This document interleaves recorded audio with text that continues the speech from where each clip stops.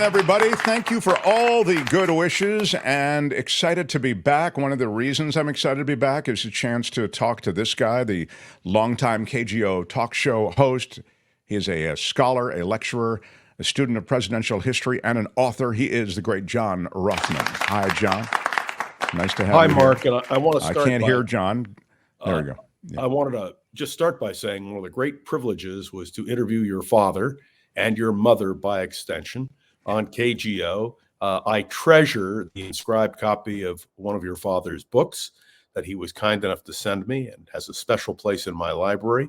And I want you to know I was thinking of you. And, you know, he was such a great guy and such a remarkable individual. And please tell your mother I send my love as well. Just a great couple, and they were lucky to have you as a son, and you were lucky to have them as parents. I definitely agree with the latter, and I'll tell you that you were so always supportive of them and my father, and thank you for that. John, tell me first about the Supreme Court. The Supreme Court decisions are coming down quickly.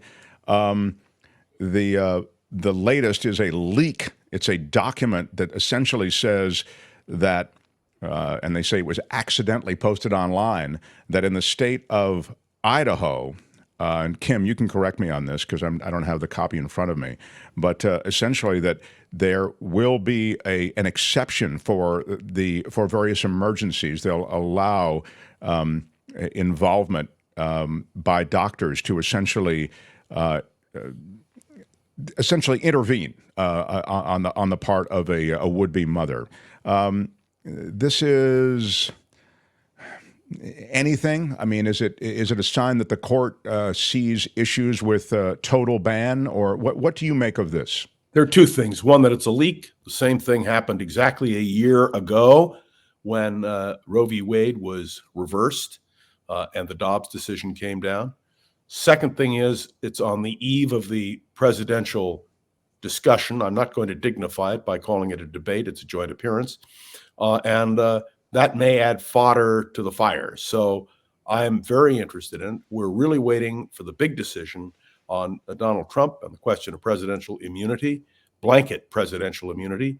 And that is the one that I'm really waiting for. And evidently the court is holding back. We now know that they're going to issue decisions tomorrow and Friday, and they evidently will go into next week. There are 10 key decisions, although with this leak, it's really 9 decisions that have to come down. And it's just a fascinating moment. And may I just close by saying that we're not just voting for a president. We'll be voting for the man who will become president, either Trump or Biden, who will nominate future justices. And That's that right. means if Trump wins, you get one point of view, and Biden another point of view. I'm so glad that you mentioned that, and I again, this would allow emergency room doctors to intervene and to perform abortions in certain situations. But so that's the leak, and that's the pending decision to which John is could talking change, which could change. We don't know for sure. Right, but I like your point, which is that again, it comes at this moment, which is right before the. I always make the point. It's not a debate. It's a TV show, is the way I see it. But it's a critical TV show. It's an important TV show, and in this bizarre media world and culture that we live in, sadly, it's got oversized importance. But that said, this sort of refocuses or reminds people of this issue, which is the Supreme Court and women's reproductive rights. And so I think you make a really good point when you suggest that, hey, this thing coming at this time may allow it to be woven into the conversation tomorrow night. The debate prep thing that we've seen, essentially Trump is out on the stump and golfing. He is doing some prep. It's not fair to say that he's exclusively stumping and golfing, but that does appear to be the lion's share of his time. Biden, Camp David, guys playing Trump, mock debates, mock situations, handicap this whole thing for me.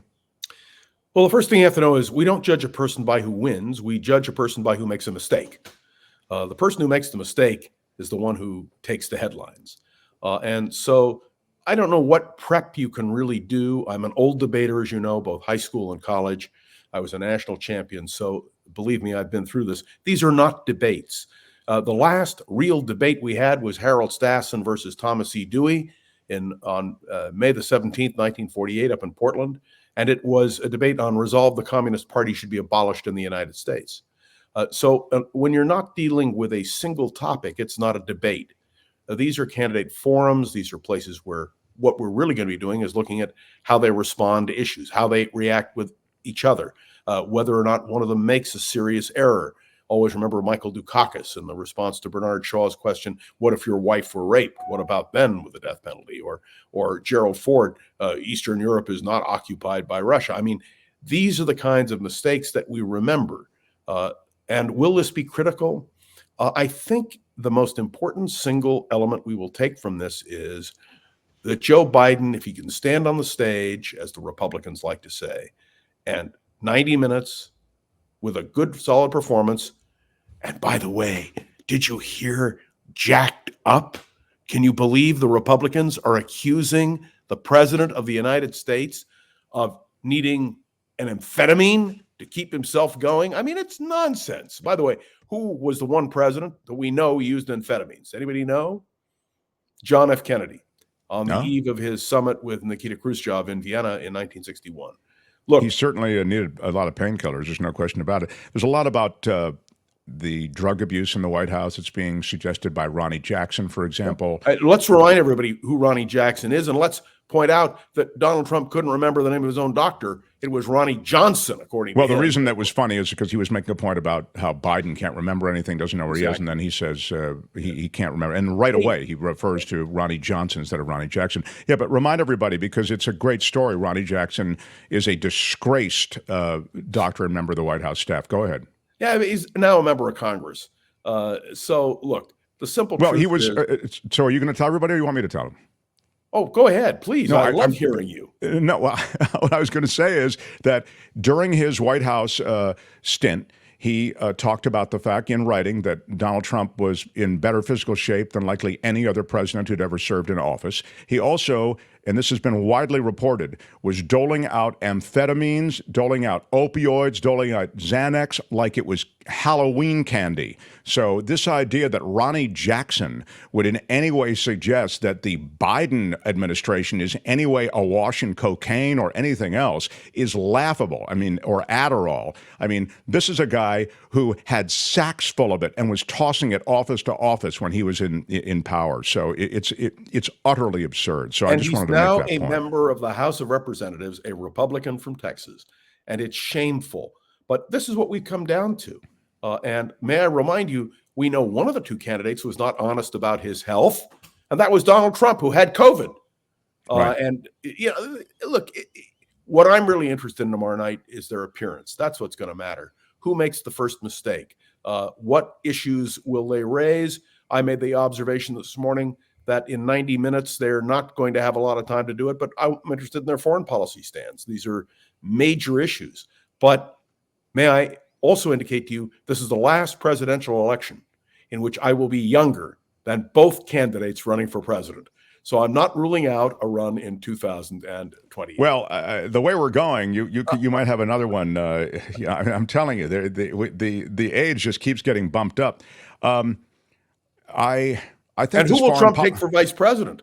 I mean, I don't mean to interrupt you, but the big question is, who will Trump name as a vice presidential candidate? And let me tell you, it's narrowed, but I'm going to make one observation nobody's made. They keep talking about Marco Rubio.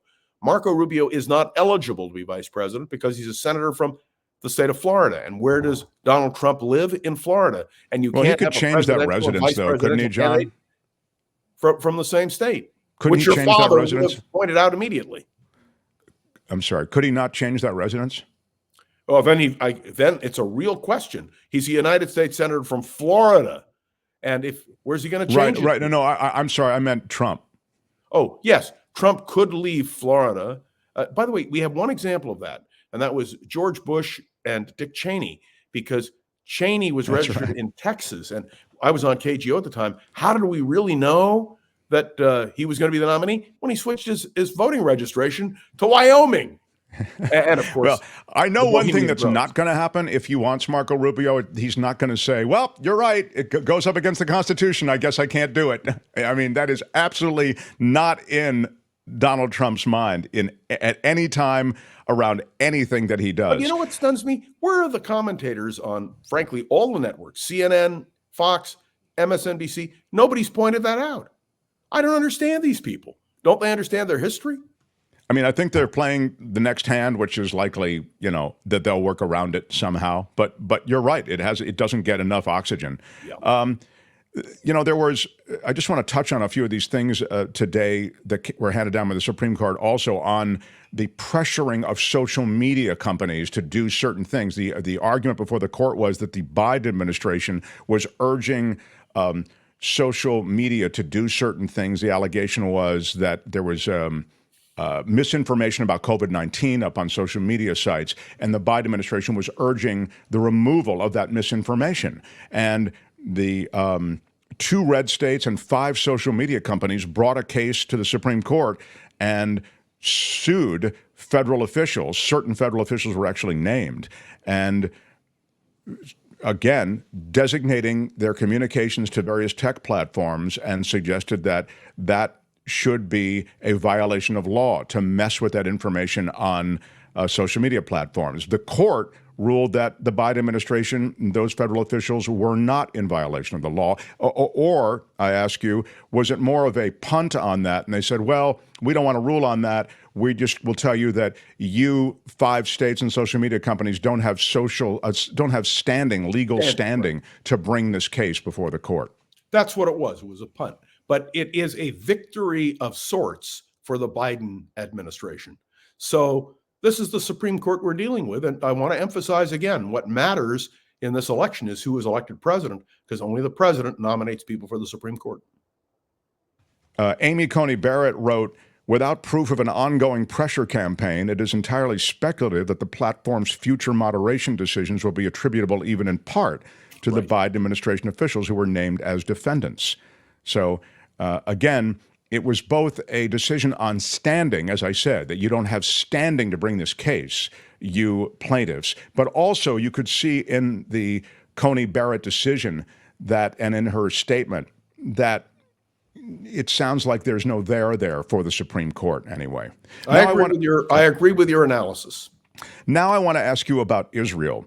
One of the things that was interesting that I saw, this just broke, was that, and I think you're just the guy to ask, and this sort of transcends any kind of, before everybody gets their backup, Israel and Hamas and Gaza thing. This goes to a long-term and long-time position, which is that the extreme religious factions in Israel don't have to get drafted. They don't have to serve in the military. May I explain this? Yeah, please. That's exactly why I bring it up, because I think you can explain it. Go ahead. When Israel was created in 1948, David Ben-Gurion and the Jewish people had suffered this terrible thing in the Holocaust, where all the great scholars had been destroyed. The Nazis targeted initially the scholars and killed them all. And so Ben-Gurion said, okay, if you are a scholar, if you're studying in a yeshiva, a religious school, you must continue to study, because what you're doing is as important as the soldiers on the front line. And that was accepted in Israel. They did create a program called the Hesder program, where you could be religious, study, and also serve in the army. And a few people took advantage of that. But what is now a ruling by the Israeli Supreme Court, a unanimous decision, by the way, is that simply being religious doesn't exempt you from service. And so the call is now out for them to serve. Now, let me explain to you, this creates a tremendous internal crisis in Israel. Thank you. This is the other 3D chess of this decision. Go ahead. There is, in Israel, they have a multi-party system. It's not a 2-party system. And among the parties are the religious parties. The religious parties, who can support left or right, depending upon who works with them, is very interested in maintaining these exemptions. So there will be a massive demonstration this weekend by religious Haredim, the religious faction, against this Supreme Court ruling. But it now is the law, and that's the way it is. They might try to change it in the Knesset, but the votes are not there for that. It just won't happen. So in terms of political coalitions, though, John, you can, and this is why I really wanted to speak with you about this, this is bad again for Netanyahu, who was a defender of this existing policy. Am I right? Yeah, but as were the liberals in Israel when they were in power, because there are 120 seats in the Knesset. You need 61 seats to form a government. I The see. religious parties have been in every government except 4 brief occasions. And the religious parties say, okay, we'll come in, we'll support you on XYZ, but you have to support us. So this is the game that's being played. Netanyahu is concerned because if his government is toppled and he loses the job of prime minister, he will almost certainly go to jail because of corruption charges. So it's a real paradox. But that's interesting that you point to the fact that they're a valuable coalition for both sides, is what you're saying. Of course. Yeah. I always remember that the first time that Rabin's government fell in 1976 was because planes from the United States landed in Israel on the Sabbath. And that was the excuse for the religious parties to pull out. They thought they were doing the right thing. What did they end up with? Menachem Begin as prime minister, which for their point of view was just fine because Begin was willing to deal with them, as was Rabin, as was one of the great men in Israel, Shimon Peres. So it's a very interesting dynamic that people need to be aware of because the Israeli political system is built on coalitions and, politics makes very strange bedfellows. Well, and this is a really good point. It's not like the U.S. that way. I mean, certainly you build political coalitions and alliances in this country, but it's different. A parliamentary system is so very different. The question about the ripple effects of Israel-Gaza, of course, extend all the way to the presidency, but I'm really more curious about the results of the Bowman primary from last night in New York. Maybe you can reset things, for we did mention it, and I think Kim covered the story in the news. But Bowman may very well have lost that primary because of his unapologetic position against Israel. And I want to say it was, if it wasn't pro-Hamas, it was pro-Hamas adjacent. Listen, Bowman made the statement that there were 75 years of occupation. That goes back to 1948. He was talking about the elimination of Israel. It was a completely offensive thing, but then Bowman is not a smart guy. You know why? He pulled a fire alarm in order to get a vote in the Congress. And he denied it until they had the video that proved it. I think he would have lost no matter what. But the fact is, he's taken very extreme positions, and his district was not willing to embrace those positions. He lost 2-1, essentially. And so this is a real commentary. People in congressional districts pay attention. When you can win, as he did by 10,000 votes, by 10% rather, it's a big victory. And frankly, he deserved to lose. And even progressives that I know in New York said, we're not going to vote for this guy. By the way, the guy who won is also a progressive, been in city government for 30 years, known for his reputation of being a progressive. But I don't think these are progressives. I think someone like Bowman is a retrogressive. He's not progressive. He's going the opposite direction, and he deserved to lose, and he did. The military, I should say the militant arguments, I think just don't work anymore. I was making this point a bit earlier. I really feel as though we're essentially a moderate nation, and these extreme positions, left and right, they don't have traction. Now, if you seize power, you can, of course, make your extreme positions prominent in American life and screw what's popular. I mean, I think that's what's happened in the Supreme Court. I think that was a power grab. I understand that it was technically legal what they did, but it was a power grab to hold that seat out during the Obama administration. Senator Bowman was a clown in Congress. His screaming matches with MAGAs brought him down to their level, says John. It was just terrible. But let me remind you, you're right about extremism.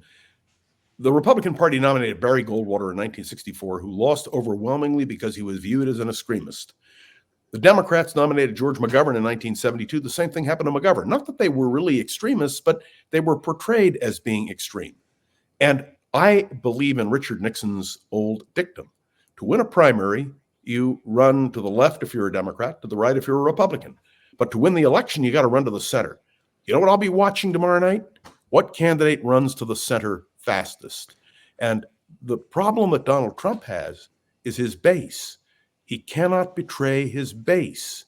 And Joe Biden, on the other hand, represents an inclusive Democratic Party that has people from all different positions. So one of the reasons that right now, today, I give a heads up to Biden on the odds of re-election is because Trump's base can't expand. It's too narrow. Joe Biden is trying to expand his base. And I think that will be one of the points that he will make tomorrow night in the joint appearance, not a debate, a joint appearance, which I think will have that impact. Well, two things, John. First of all, what you're saying, I think, is indisputably true. But in this screwed up way in which elections go down here with an electoral college, this whole thing comes down to fewer than 50,000 votes. So while he may lose the political battle at the popular vote level by even 10 million votes, he could still very well win the election for the reasons I just mentioned. He could. And that's why the battleground states, the roughly 6 battleground states, are the ones we're going to be watching. And you and that's why those battleground states are being dumped with a ton of GOP money and a ton, to be fair, a ton of Dem money. Of course. But I mean, those voters are being carpet bombed by every kind of negative ad, positive ad, policy ad, mashups showing that Biden, doesn't know where he is, mashups showing that Trump is an unhinged crazy. I did want to ask you if you have a prediction. I have 2 questions about the debate, and then I'll let you go. One is if you have a You'll never let me go, Mark. I'll be with you forever.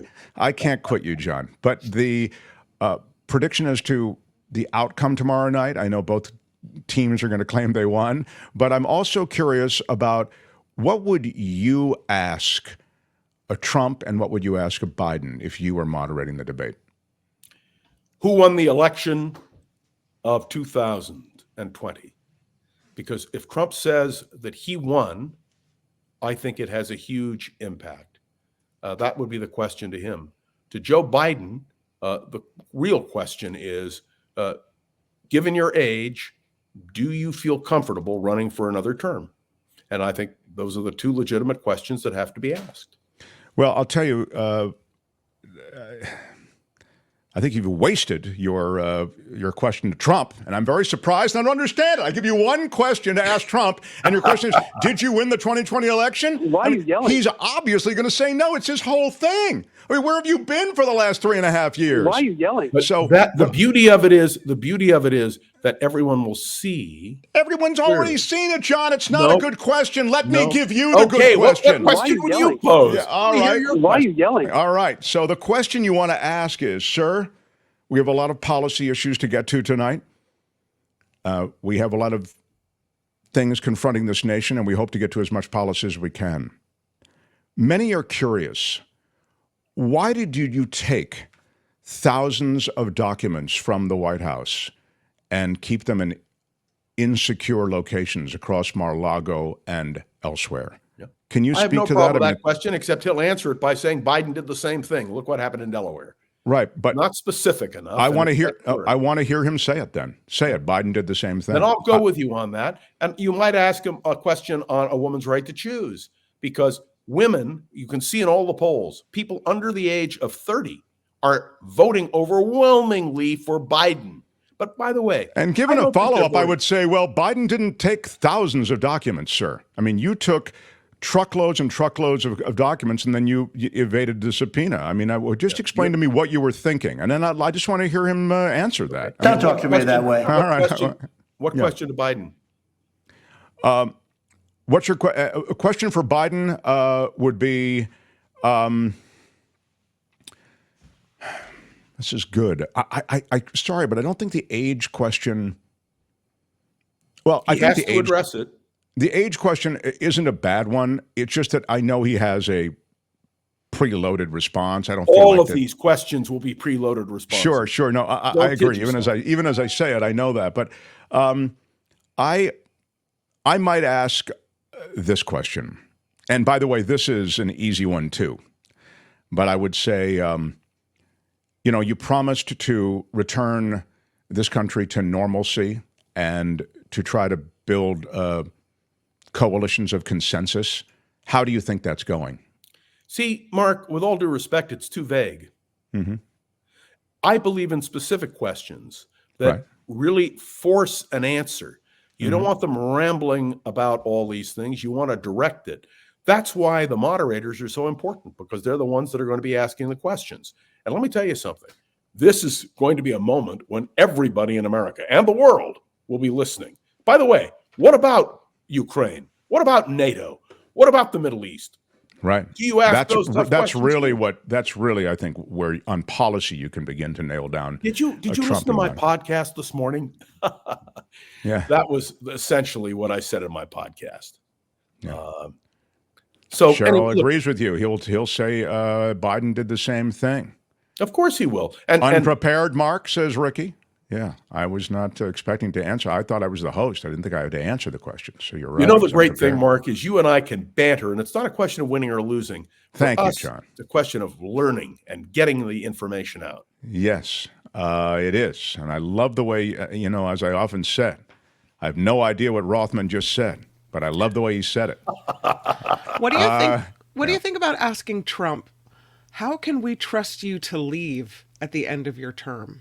It's not applicable because the term limits are set by the Constitution. He's already said he thinks he should have a third term. I know, but he can't have a third term.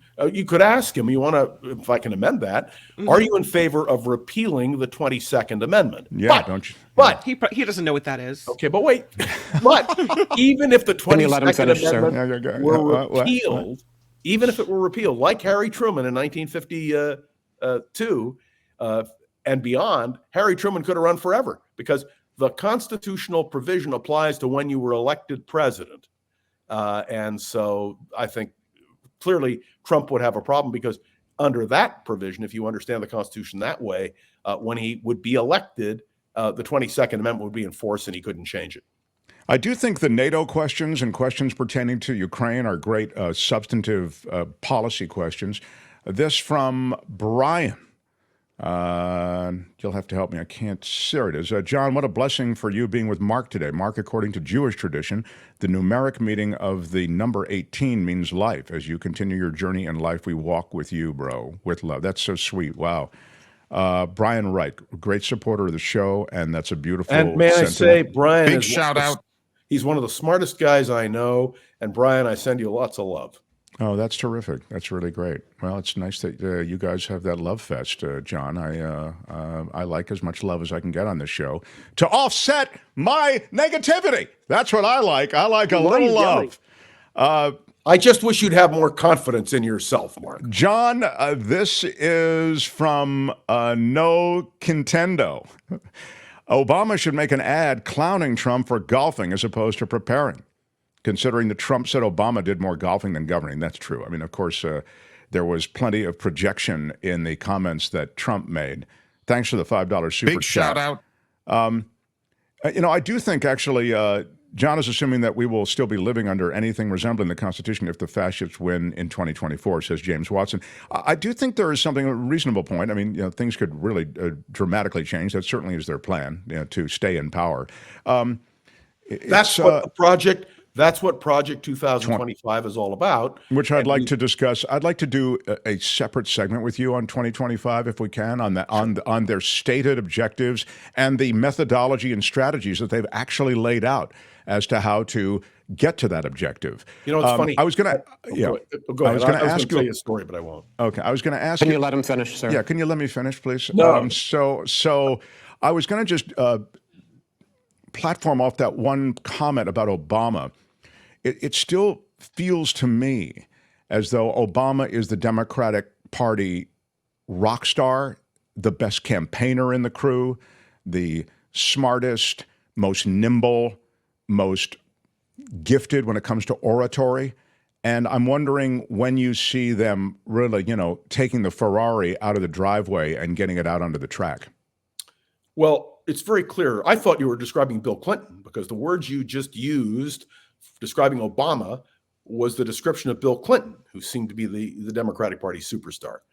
The reality is you can be a superstar, but unless you control the levers of power, there's very little you can do it. And the man who controls the levers of power in the Democratic Party is Joe Biden. And let me assure you, if Joe Biden, for some reason, bows out or something happens to him and he can't run, the successor will be Kamala Harris, who will have the full backing, not only of the Biden delegates to the convention, but also of Barack Obama.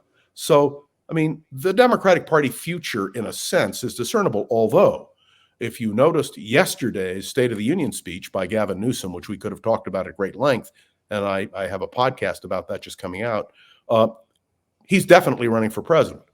And he definitely sees himself as the future of the Democratic Party. So we're doing a whole X-ray of the Newsom situation and his speech on Monday's show. So may I quickly just point out, who did he open quoting?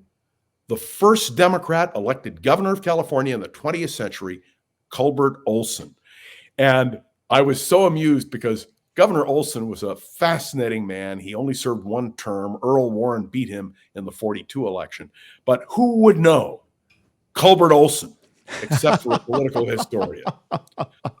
But John, we love you. Got to wrap. Thank you, my you friend. do? Okay. Around the Political World with John Rothmann is the podcast. Grab it, subscribe, support John. He's also, of course, it's free. Yeah, the voice of San Francisco. And you can find him across the great web, The Voice of San Francisco with John Rothmann. John, thank you very much. All right. Great seeing you, my friend. Thanks for the nice words, too. Hi, it's Mark, and I thought that was great. Hit the notification bell. You'll know whenever there's a new video being dropped, and please subscribe to our channel to help us save the universe.